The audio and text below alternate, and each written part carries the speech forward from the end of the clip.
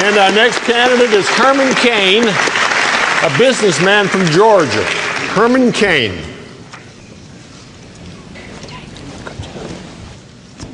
Here comes Mr. Cain. Made his fortune in the pizza industry.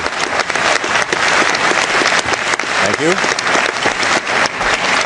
Mr. Cain, you have 3 minutes for your opening statement. Thank you very much. First, let me thank this distinguished panel for inviting me. Thank you, Jim. He didn't want me to call him Senator. Thank you all for being here, and thanks for this opportunity. Let's start with those first principles that you ask us to address, because that's a good way to describe where this nation is.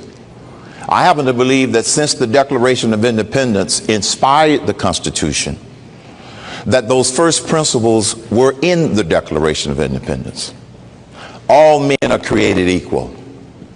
The founders set the bar high. Even though maybe at the time we were not up at that bar, they set it high because they had a high vision for this nation. A second founding principle, that we are endowed by our Creator, not men.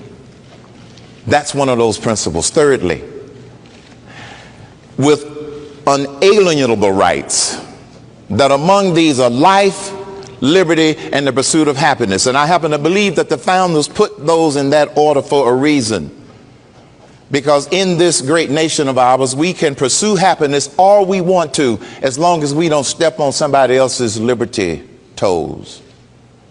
We can have all the liberty to do what we want to do in this great nation, as long as we don't take away somebody else's life. Those are three of those first principles. But I happen to believe that the pursuit of happiness in America, which is part of those founding principles, is under attack. And the American people are saying that they want to take it back. And there's one more founding principle located in that document. And it's the one that says, when any form of government becomes destructive of those ideals, it is the right of the people to alter or abolish it. And that's what the American people are saying right now. We need to do some altering and abolishing. I'm a product of the American dream. I have exceeded all of my American dreams and then some. But it's under attack. And one of the reasons that I'm running for president of the United States is because I believe that God has blessed me with some abilities and skills in order to be able to help get this nation back on track. We have become a nation of crises. We have an economic crisis. We have an energy crisis. We have an immigration crisis. We have a foggy foreign policy crisis. And we have a severe deficiency of leadership crisis. And it's going to take a different kind of leadership in Washington, D.C. to lead this nation to solutions to those crises. My name is Herman Cain. I'm running for president because I believe that I can bring a unique set of leadership skills to the White House. Thank you, sir. And Representative King, you begin this round of questions. Thank you, David. Thanks, Mr. Cain. I appreciate you being here. And I would offer this question to you to start this out, and that would be that Ronald Reagan spoke eloquently of the shining city on the hill. 2 centuries and more as he spoke. And my question is, are we still that shining city? And if so, is there another level for our destiny? And what would you do to take us there, and how would you define that to us? The answer is yes, we're still that shining city. Because the last time I checked, nobody was trying to sneak out of America. They were trying to sneak into America. Despite our problems and despite our challenges, and we have a lot of problems, here's how I would take the United States of America back to the top of the hill. But we're still on that point higher than any other country in the world. First, secure our national security strength. I happen to believe that this administration is weakening America militarily. This is not what Americans want. The world is not safer, so we should not be a weaker nation. For example, there's a lot of concern about Iran. When I was on the Citizen Advisory Board of the Strategic Air Command, today it's called STRATCOM, I became aware of many of our strategic military capabilities. We have capabilities that we can deploy around the world in order to help us and our friends to make sure that we keep them in check. And so the first thing is to secure our position in the world and make it clear that America will not weaken its military strength. My foreign policy approach is very simple. Clearly identify who our friends are. Clearly identify who our enemies are. And stop giving money to our enemies and stop telling the enemy what our next move is going to be in a particular country. The second biggest challenge, the economy. So goes the economy, so goes the strength of the United States of America. We are the strongest economy in the world at our weakest point because of our free market system. And we need to re-strengthen that free market system. And it starts with one fundamental economic truth. The business sector is the engine of economic growth. If you do not start with that principle, we're never going to move this economy. This is why I have proposed my bold plan of 999. Take the current tax code, which is a mess. It's been here since 1913. Throw it out and put in a tax system with a 9% corporate income tax, a 9% tax on personal income, and a 9% national sales tax. I was about to ask you that question, Herman, and you offered the answer to it. But this other one, a question is posed when I listen to your response. Nobody is sneaking out of America. What do you do with those that are sneaking in? Those that are sneaking in, I believe we must first make sure we're working on the right problem. That's fundamental to my whole leadership style. I always challenge my staff when I was in business or anywhere, what's the right problem? What should the priority be? Do I have the right people around me? And then we can put together the right plans. Would you oppose amnesty in every form? I would oppose amnesty in every form because here are the four problems relative to immigration.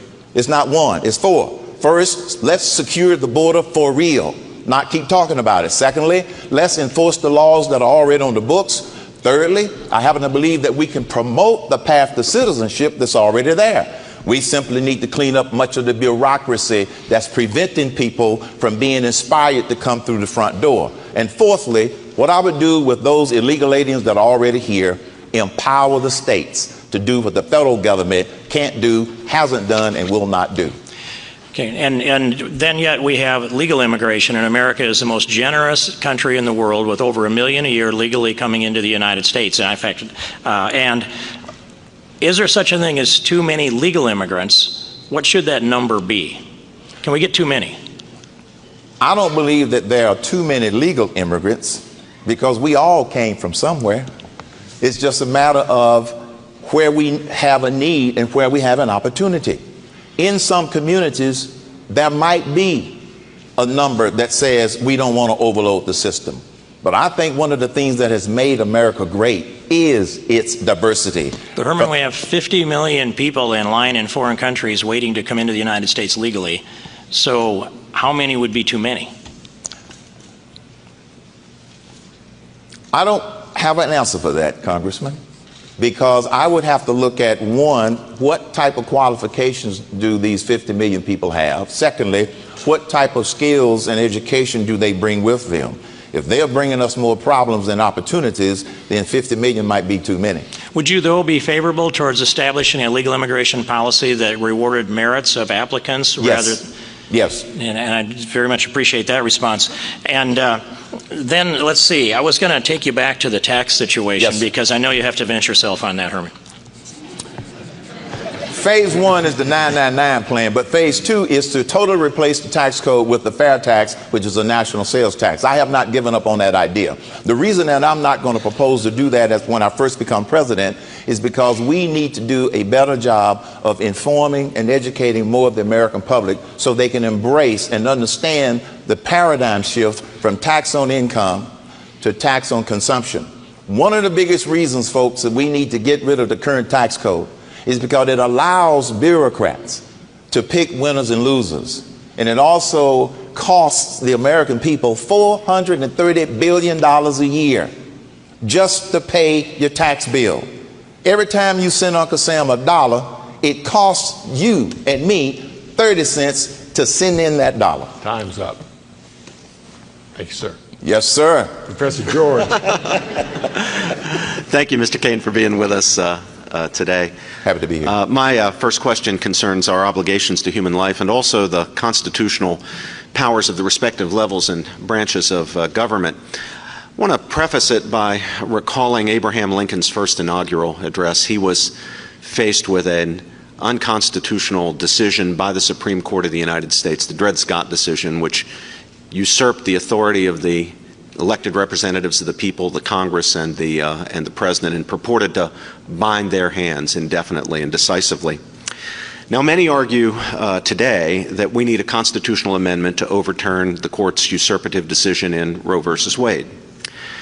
However, we have what President Lincoln didn't have, which is a 14th Amendment to the Constitution, which was, of course, ratified after Lincoln's untimely death. And Section 5 of the 14th Amendment expressly authorizes the Congress, by appropriate legislation, to enforce the guarantees of due process and equal protection contained in the amendment's first section. So as someone who believes, as I know you do, in the inherent and equal dignity of all members of the human family, including the child in the womb, would you as President propose to Congress appropriate legislation pursuant to the 14th Amendment to protect human life in all stages and conditions, even short of a constitutional amendment overturning Roe versus Wade? Yes, I could support that. And would you be prepared to confront the Supreme Court if it came to that, take your case to the American people? I would take my case to the American people, but first, let the Congress challenge the United States Congress to do its job. I have a great amount of respect for our system. I believe that the president has a responsibility to be president, which means national security, #1 priority. Secondly, the president has a responsibility to preserve, protect, and enforce the Constitution of the United States of America, not try and rewrite it. I don't believe we need to rewrite it, and don't try to work outside of it like we'll see in this current administration. And then thirdly, provide the strategic leadership on all of these issues that we face, which means setting a real clear agenda, a people's agenda with the United States Congress, and then engaging the American people in the solutions to many of the problems we face, not creating legislation that's so big and complicated that the American people are left out of the loop. Let me ask you a question about religious freedom and the freedom of conscience, the rights of conscience. In the state of Illinois, after the legislature there passed a civil unions bill, which the governor signed into law, the state government decided to exclude certain religiously affiliated foster care and adoption agencies, including Catholic and Protestant agencies, because those agencies, in line with the teachings of their faith, cannot in conscience place children with same-sex partners. Now, at least half of Illinois' foster and adoption funds, it turns out, come from the federal government. So my question is whether the federal government should be subsidizing states that discriminate against Catholic and other religious adoption agencies. No, because I believe in the First Amendment. So the federal government should not be subsidizing any situation where it's discriminatory against any legitimate religion in this country. Okay. I'm going to shift now to the question of marriage. All the major candidates for the presidency in 2012, including President Obama, share the position that marriage is properly defined in our law as the union of husband and wife. How does your own position differ from President Obama's position on that issue? And what would you do as president to defend marriage so defined? The first thing that I would do is make it clear that I support the Defense of Marriage Act that was passed in 1996. I support that. Secondly, I happen to believe that the President of the United States, and I do support traditional marriage, no question about that. I always have. I've been consistent on that. And so I happen to believe that in addition to being the Commander-in-Chief, in addition to being responsible for the safety and security of this country, I also believe that the President is communicator-in-chief to talk about some of these values that our founding fathers got right. And I think that we ought to be the defending fathers in order to be able to do that. So I would use that platform as president to encourage some of those values that we know that the founding fathers embraced. The data now seems very clearly to show a high correlation between poverty and the breakdown of a marriage culture. Yes. Where we have the breakdown of the marriage culture, we have poverty. I'm a person who believes that the Republican Party should be in the vanguard of fighting poverty. We should be an anti-poverty issue. But it seems to me that that means we need to be in the vanguard of rebuilding the marriage culture. It seems the two greatest engines to fight poverty ever created by man are the market system, the free market system, a vibrant economy, and the institution of marriage. I think we have a pretty good idea of what you would do to make us vibrant again economically. What can we do to rebuild the marriage culture, especially in poor and disadvantaged communities? I think we have to stop incenting broken homes. We have to stop incenting young women to have more babies to get more money from the government. I believe that we have got to empower communities rather than making them more entitled to the government. Here's an example. The city of Detroit, for example. The city of Detroit, in my opinion, is a could be a big empowerment zone. When people are able to help themselves economically, then they are not forced to do some of the other things that contributes to the breakup of the marriage. It starts with a strong economic engine with opportunities for jobs, opportunities for entrepreneurship for people, and then I believe we will see a ripple effect in helping to rebuild the family structure in this country. Mr. Cain, finally, will you choose as your running mate for vice president someone who shares your pro-life and your pro-marriage convictions? Absolutely. Good. Thank you. Absolutely. Senator DeMint. Herman. Jim. Thanks for being here. Sounds good, doesn't it, Herman? Jim. Probably the biggest economic problem we face as a nation is our level of debt. The spending, the borrowing, the debt is out of control. As you know, our debt's the size of our total economy, and the plans are continue to add to the debt, right, despite the so-called debt limit debate deal that we had. What would you do to reduce our debt in the short term and the long term? Have you seen proposals that would move it in the right direction, or do you have one? What are we going to do to move away from adding to our debt?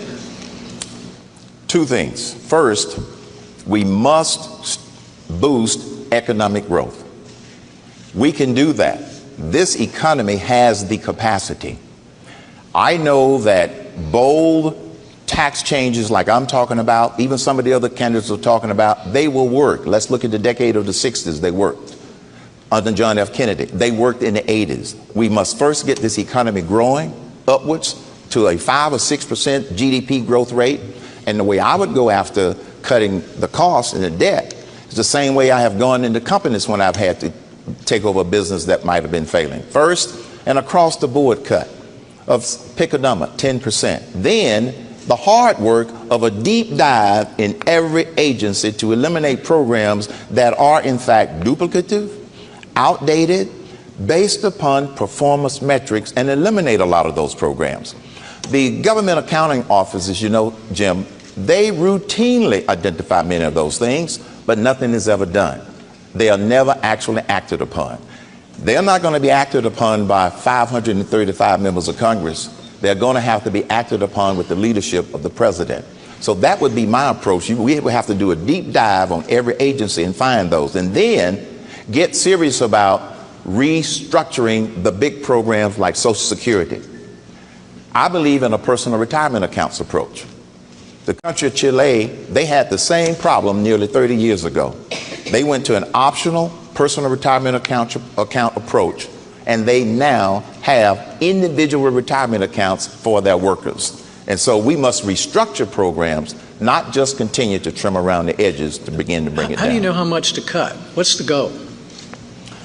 The goal is to cut deep until we are spending less than what we're bringing in. That would be the target. That's what I'm trying to get to. Yeah, what do you think about a balanced budget, and do we need a constitutional amendment to balance the budget? I believe in a balanced budget amendment, yes, because otherwise we're not going to have the discipline in Washington in terms of collectively of getting there.